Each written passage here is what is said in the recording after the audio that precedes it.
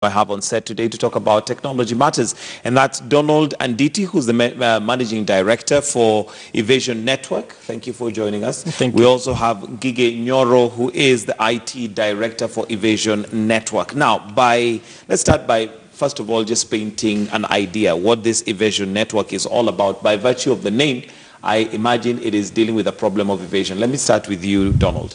Thank you very much, Michael, for inviting us.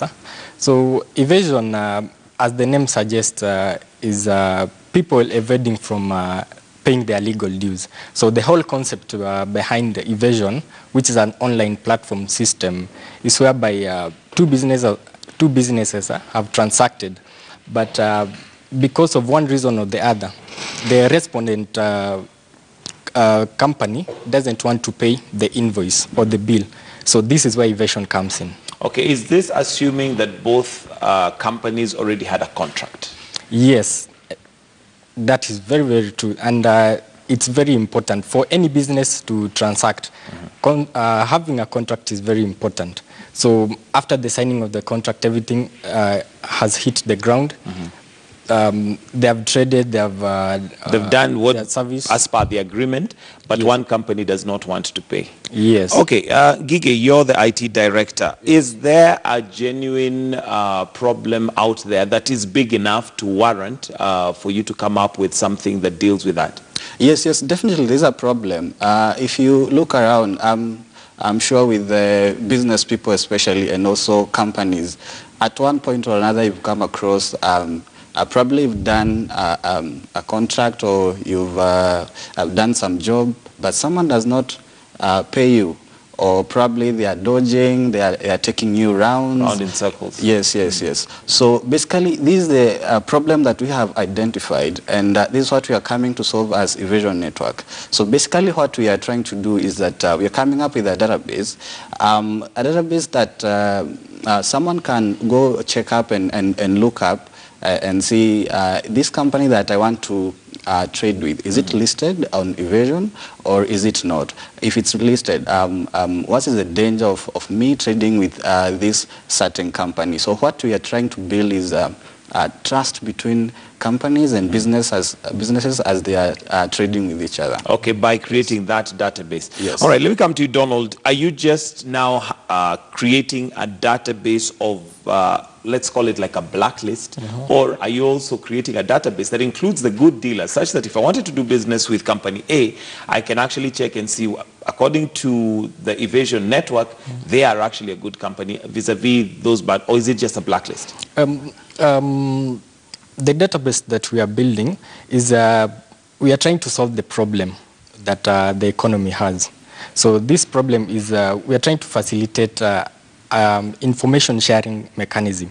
So the database is for the dodgers, the business dodgers who do not want to... So basically it's a blacklist. Yes, yes. But I know someone might think that it works the same as the CRB, but it doesn't. What's the difference? The CRB is, it's basically for credit and for borrowers. Okay, and for those, maybe for the benefit of somebody who might not know what CRB is, it's Credit Reference Bureau. Yes. Okay. So, but for evasion, it's strictly business-to-business relation. Yes. This has got nothing to do with borrowing. No, it's got nothing to do with borrowing. Gige, how do you go about collecting the database?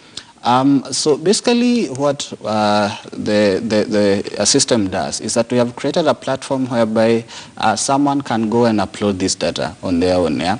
So for instance, if I'm company A and you're company B, and I've dealt with you and I've seen that probably becoming hostile when it comes to payment and all that, I can create an account on Evasion and I can upload all this information. So basically what we have done, we have our checks and balances in terms of credibility, making sure that you're uploading all the necessary information. So the point here is, as stated there earlier, is that we are dealing with, to start with, registered businesses.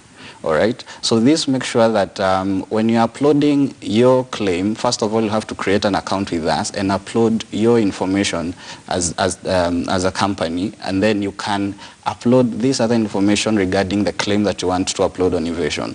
So basically, it's anyone out there, they can create an account on Evasion, And so what happens is that they can upload a claim, and then we have a process of arbitration thereafter, which Donald can explain, the process that we go until we prove that it's a valid claim, and now henceforth you can be listed on evasion. On evasion. Yes. All right. And before coming to the negotiation of to how you get to that platform, and isn't it a risk when you give me the permission to create an account and upload whatever I want? Because I could have malice. I could have somebody who literally I just want to malign, not because they have done anything wrong, but because maybe we have a difference in terms of how we do business. How do you secure that? Yeah, we thought of that before we started developing the system. And part of the security measures that the system does is you have to upload information which is specific. Each company has different information. Like we have the KRA PIN number, we have the business registration number. And also, aside from that, after you've created the account, the email address that the company is going to use is the email address that they used to create the business with. That is in the Kenya Revenue Authority PIN certificate. So thereafter, an email, this evasion system will send an email to that email address that is with KRA. That is when that account will be validated. Okay, but that still doesn't mean I cannot abuse the system. Yes. After all you've done is that you've verified that my company exists. You've verified that it is registered perhaps with KRA by virtue of the fact that that's the email address they have, but it doesn't stop me from being malicious. Yes. Then after creating an account, you will upload the claim for the respondent. Now you are the claimant, you're uploading the claim.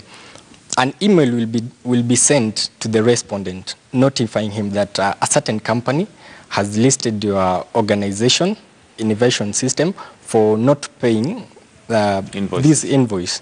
Then it will give you 24 hours. It will give the company 24 hours before the company has been listed. This duration of time is for this respondent company to validate whether the claim is true or false. So thereafter, they're going to communicate to evasion.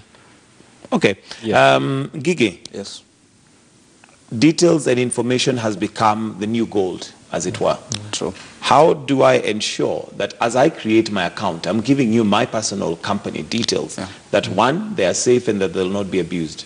Okay, so basically what we are assuring our clients, and as you can read, even before you go through the whole process of registering and everything, you have to first check the terms and conditions, So what we are assuring our clients is that all the data that we are putting on the system is safe. First of all, we have made sure that all matter securities are in check. So it's not like we're just collecting data for malicious purposes or to sell out there or anything else. No, what we are coming to do here, and our basic core mandate is to solve a problem that we have experienced, even on a personal level. Probably if I say, Donald, the reason why I came up with these ideas because we face these things out here as a business. And maybe people. that might be a good point to note and maybe just get your story. What's your story in regards to this? Basically, the whole idea originated with Donald. So he came up with the idea through, I think he has other businesses running, so he came across people who are, dodging payments and all things, and then he came and shared it with me and other colleagues of ours, and we saw, wow, each one of us by there has faced challenges. These challenges, because I can recall, like in my case, I'm a software developer majorly. I've developed systems for people who actually do not pay. They develop a whole system, put it online, but they are reluctant to pay.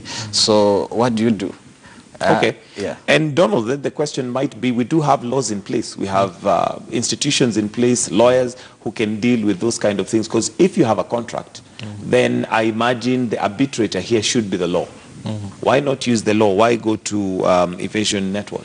Yeah, personally we experienced that in our other company, because we tried solving the problem legally, but at the end of it all, we used so much money before we even got to the end result of claiming back our money. So an arbitration, most people forget to put it in the contract, but it's important. Arbitration? Yes. Okay. So after the claim has been put, it's not only a system that you list someone for not paying. There's also a step, it goes a step further to solve the problem using And how application. does it solve that problem? So the claimant will give us a go-ahead to use arbitration as a means of solving the dispute. And we've talked with the Chartered Institute of Arbitrators, and they are the ones who are going to handle this arbitration. Yes. So how does that arbitration work? Is it like they will come and say, look, here you have not paid an invoice and you need to pay? Because at the end of the day, if they approach me, if I was running a business and I've not paid, this is a third party. I really would not even waste my time listening to them. Yeah, so you see, there is a risk of, you see, in business, integrity is very important, and having ethics in doing business is also important. So when your company has been listed in the system, other companies would not want to trade with you. So one will do as much as possible to solve this problem before they are listed in the system. So if they are willing to solve the problem, to pay their legal dues before they are listed, well and good, because that is the objective of the system.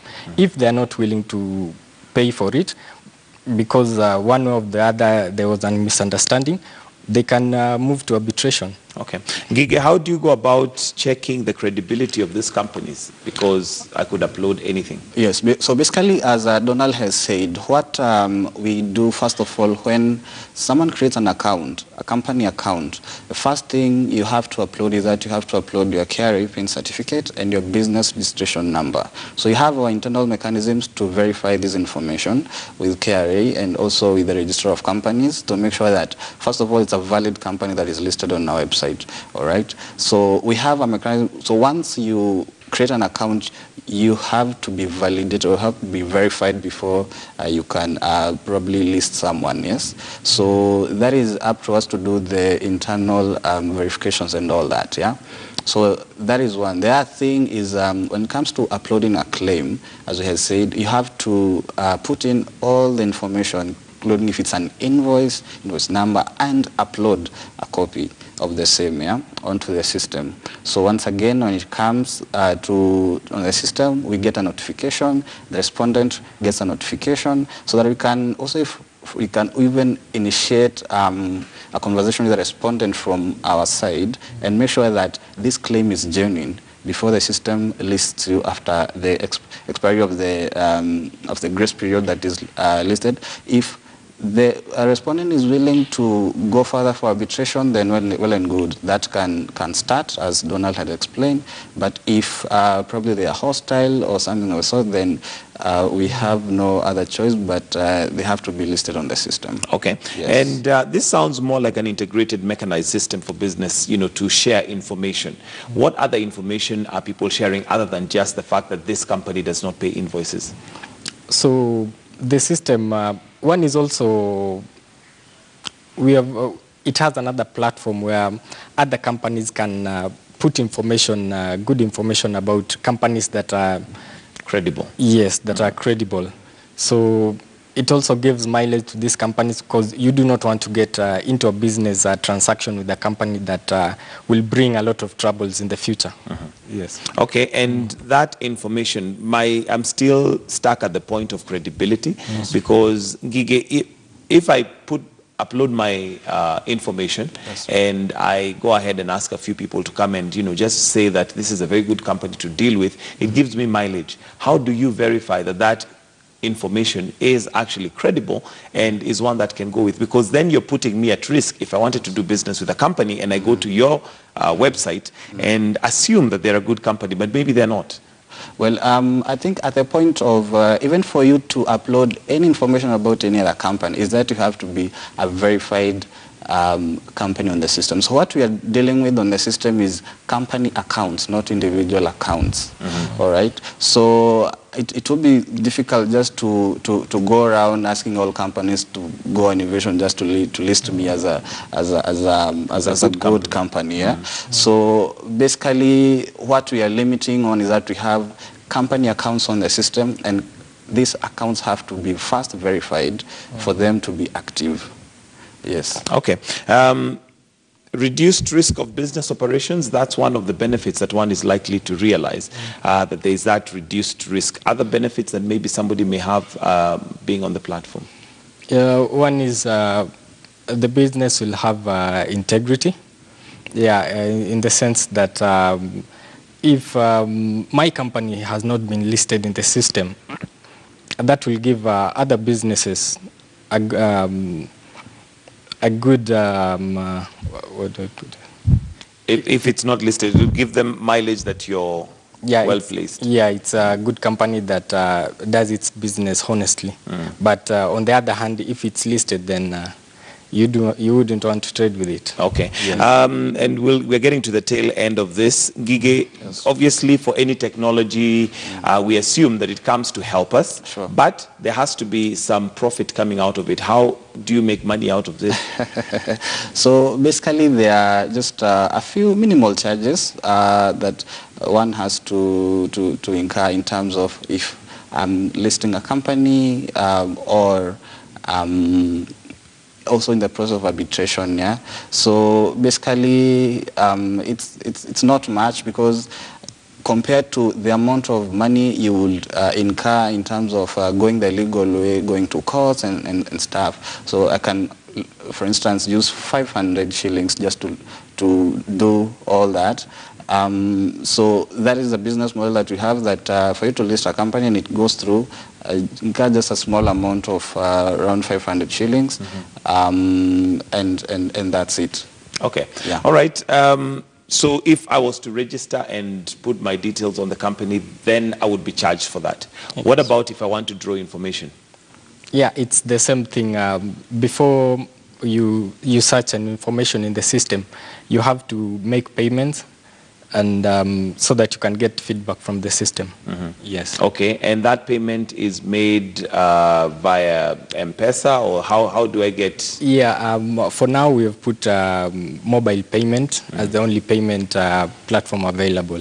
Yeah, as time progresses, because it's a new system in the economy, we are going to integrate other payment methods. Okay, I'd like to finish on an inspiring note, and maybe I'll get inspiration from both of you, but let me start with you, Ngige, on somebody who's possibly looking at developing a new software or a new technology to get into the market, your challenges that you faced and possibly what you'd like to share as experience for them. Basically, the challenges are there. But probably I'll first go to the positive aspect of it. I mean, I would like to say, having been in this industry for the last 4 years or so, I'll say, sometimes, especially as the youth, we get to think for an idea, but the ideas are just here with us. It's during our day-to-day operations, that's when you get to learn a few things, you get a challenge and solve that problem. Once you solve that problem, you'll have also solved the same problem for many people. In terms of challenges, they are there, especially being in Kenya. The tech industry is still at a very young stage, so getting, especially the required workforce and all that, getting young people to come into probably like the same project, it has been a challenge.